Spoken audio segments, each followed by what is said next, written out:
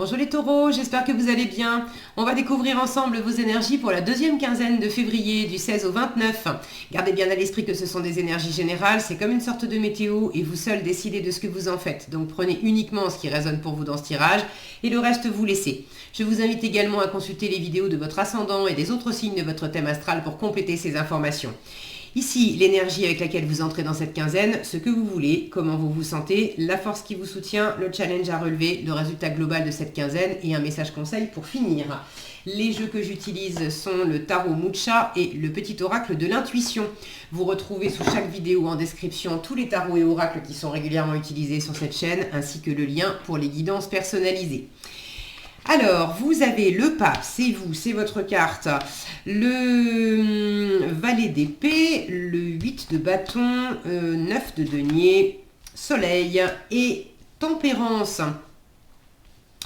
La moitié du tirage en arcane majeur avec le pape, le soleil et la tempérance. Donc un tirage qui vous parle de vos profondeurs, qui a un caractère quand même assez existentiel, d'autant que vous êtes présent dès le début du tirage avec votre carte.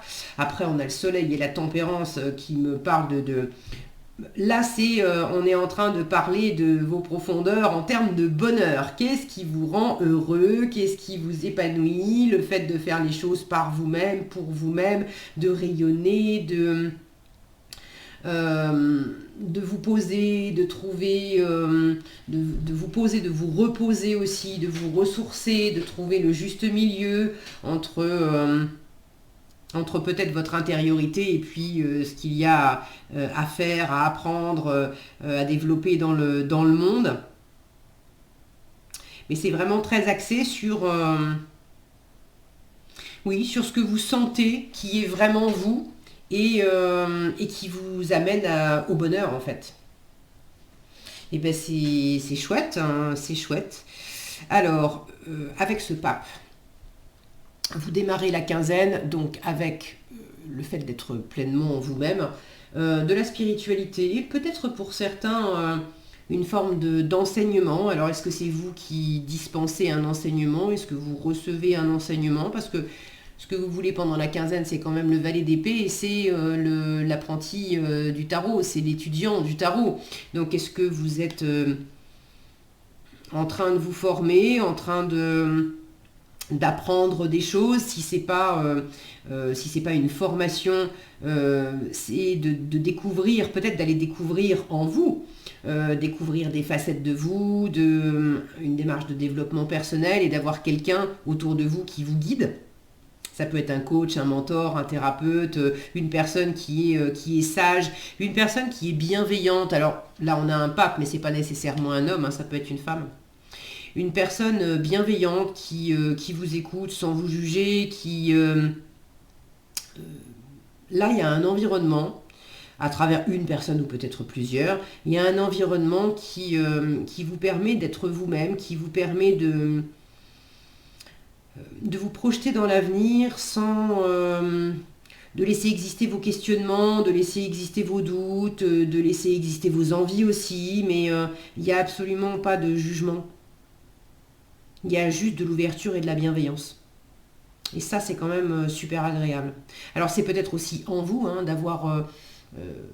on a tous une part enfantine, un enfant intérieur en nous, et puis la part de l'adulte, du parent responsable.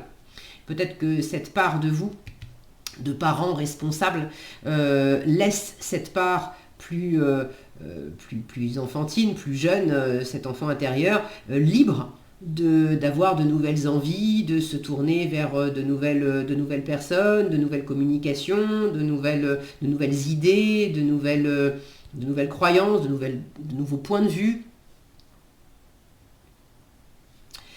Il peut y avoir un engagement aussi.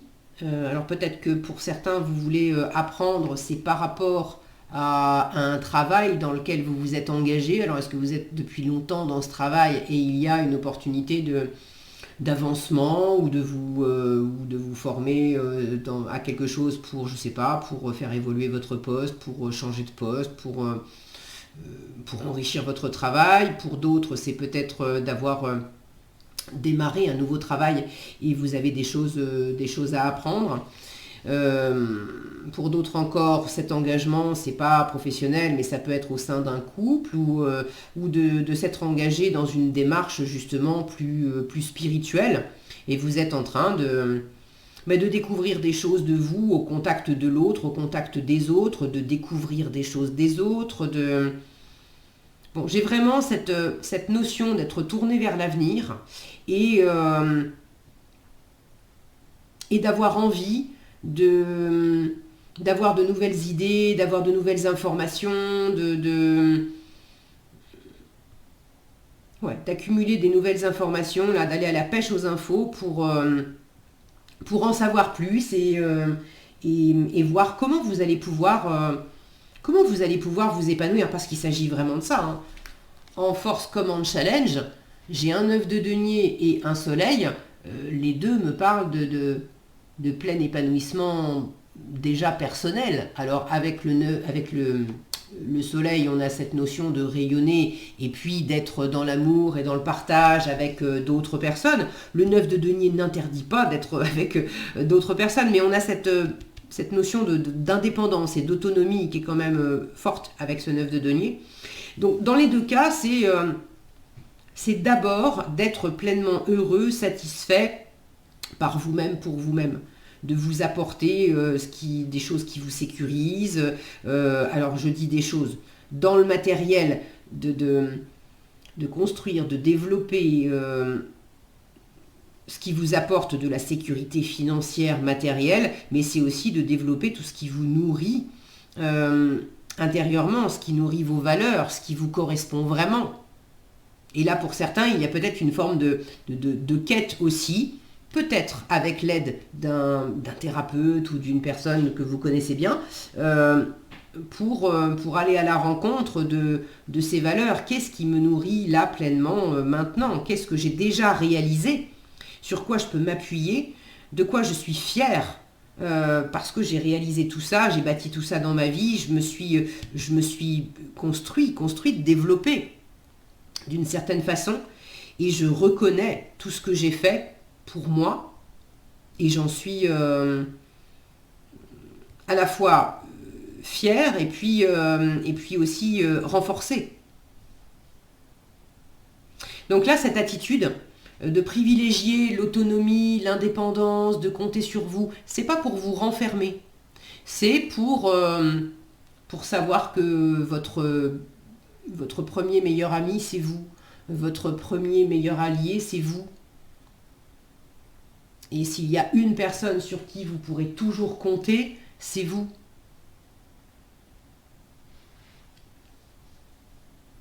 Et là, j'ai vraiment de la satisfaction personnelle. On vous invite en force à privilégier la satisfaction personnelle. Ça ne veut pas dire, alors c'est peut-être là que j'ai ce soleil en challenge, peut-être qu'il y en a certains qui vont vivre ça comme, bah oui, mais ça veut dire que je suis égoïste, et c'est pas bien. Le soleil peut me parler d'ego. Égoïste, c'est pas un gros mot.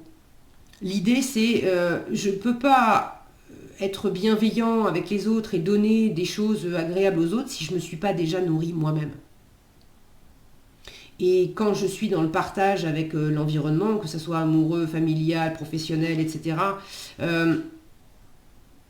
si je suis dans l'attente que l'extérieur vienne me combler parce que en moi subsiste un manque, alors un manque de sécurité, un manque de paix, un manque d'amour, etc., j'attends en fait que l'extérieur vienne combler quelque chose en moi, mais je n'ai pas identifié qu'en moi il y avait une fuite. Donc ça revient à essayer de remplir un verre qui serait percé. En revanche, quand je suis dans cette autonomie, dans cette indépendance, que je prends soin de moi et que je m'apporte déjà tout ce qu'il faut pour être moi-même, pour être bien ancré, pour me faire plaisir, pour être en accord avec qui je suis profondément, pour m'aimer, pour me respecter, pour prendre soin de moi, de mon âme, de mon cœur, de mon corps. Les deniers vous parlent du corps. Là, j'ai un terrain, je m'assure que mon verre, il n'est pas percé. Et une fois que j'ai fait ça, je peux du coup remplir mon verre, remplir ma coupe, remplir mon cœur d'amour, de belles choses, etc. Les rayonner, donc être heureux, heureuse par moi-même, pour moi-même, mais du coup, je peux aussi le partager avec les autres. Donc là où on peut penser que bah ouais, mais c'est égoïste de me faire passer en priorité, dites-vous que c'est le meilleur chemin pour pouvoir partager aussi avec les autres. Ce soleil en challenge peut m'indiquer qu'il y a peut-être un... Est-ce qu'il y a un manque de chaleur ? Un manque de chaleur, un manque d'amour, un manque avec l'environnement, de vous sentir... je disais, le soleil, on rayonne, alors on peut rayonner déjà tout seul, hein, c'est la première des conditions d'ailleurs, mais est-ce que vous avez du mal à rayonner seul ? Et là, en force, on vous dit, mais commence par prendre soin de toi. Est-ce que vous savez très bien rayonner seul et prendre soin de vous, etc. Mais dans le soleil, on a cette notion aussi d'amour, de partager de l'amour, de rayonner ensemble, de faire équipe, de se retrouver. Et là, peut-être que c'est en challenge parce que vous n'êtes pas autant accompagné que vous aimeriez, parce que vous aimeriez voir quelqu'un qui n'est pas disponible pendant cette quinzaine. Ça ne veut pas dire que cette personne, elle ne vous aime pas et qu'elle ne veut plus vous voir, mais bon, c'est peut-être un peu plus difficile pendant cette quinzaine de partager des choses avec d'autres personnes. Et là, on vous dit, commence par te satisfaire toi-même. Comment vous vous sentez pendant cette quinzaine ? Vous vous sentez quand même...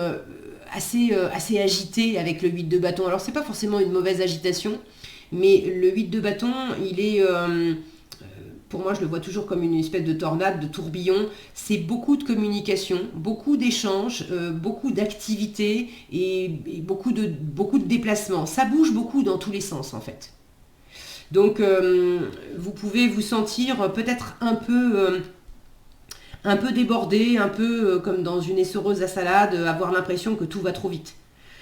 Vous avez des coups de fil, vous avez des sollicitations, vous avez des SMS, vous recevez des mails, il y a des gens qui viennent frapper à votre porte, et puis en même temps vous êtes occupé à ça, et puis il y a les courses à faire, et puis il y a le boulot, et puis il y a tel truc qui tombe et c'était pas prévu, et puis il faut le faire avant telle date et c'est là tout de suite maintenant, et en même temps vous avez envie de vous faire plaisir là, et puis vous êtes en train d'apprendre des trucs, et vous voyez ce côté-là où...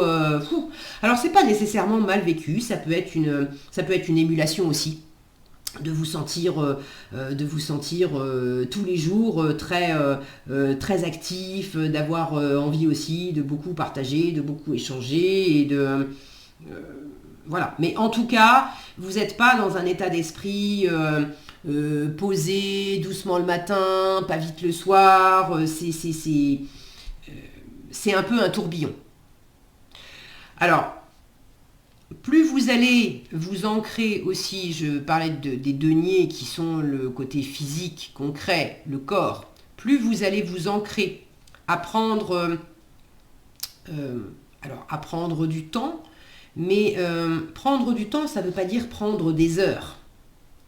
Je peux avoir un très bon ancrage en faisant seulement 10 minutes de jardinage, mais 10 minutes pendant lesquelles je suis complètement dans ce que je fais. Je pense à rien d'autre, je mets mes mains dans la terre, je suis complètement à l'écoute de toutes mes sensations. À la limite, je vais sentir toutes mes énergies, tout ce qui va être en trop, se répandre, être aspiré, nettoyé par la terre. Je vais me sentir rechargé aussi, je vais me sentir posé et être très à l'écoute de toutes ces sensations pendant seulement 10 minutes et je vais avoir un ancrage du tonnerre. Et inversement, je peux très bien faire une balade dans la nature de 2 heures, mais si pendant 2 heures, je suis certes en train de marcher dehors, mais j'ai l'esprit qui part à droite, à gauche, qui est en train de penser à ce qu'il faudra que je fasse demain, et il faut que je rajoute ça sur la liste des courses, et puis je suis là, mais je ne suis pas là, je suis partie, je suis dans mon tourbillon. Mes 2 heures de balade... ça m'aura apporté moins d'ancrage que 10 minutes de jardinage où j'aurais été hyper focus sur l'instant présent. Donc on vous invite aussi à être dans cet ancrage. Le résultat, donc plus vous serez dans cet ancrage, moins vous vivrez mal l'aspect tourbillonnant. Et ça pourra justement être très agréable aussi. Un peu, j'ai l'image d'une danse où, vous savez, on va beaucoup danser et puis on va beaucoup tourbillonner sur soi-même. Si on est bien ancré, si on a pris un point de repère à chaque tour qu'on fait, quand on s'arrête, on n'a pas la tête qui tourne et on ne se casse pas la figure. Si on ne s'est pas bien ancré, si on n'a pas pris un bon point de repère, on s'est éclaté, on a tourbillonné pendant un moment, mais quand on s'arrête, il vaut mieux s'asseoir parce que sinon on va tomber. Donc j'ai un peu cette sensation-là. Donc plus vous allez vous ancrer, mieux ça va vous aider. En résultat, j'ai la tempérance qui m'indique que quand même, il y a du calme, il y a du repos, du ressourcement, il y a un entre-deux, c'est la voie du milieu, la tempérance. Et puis c'est une énergie lente, posée, sereine. Le pape aussi d'ailleurs. Donc même si j'ai un état d'esprit vif, dynamique, tourbillonnant, etc., dans la matière, je pense que vous allez trouver le moyen de vous poser et de faire les choses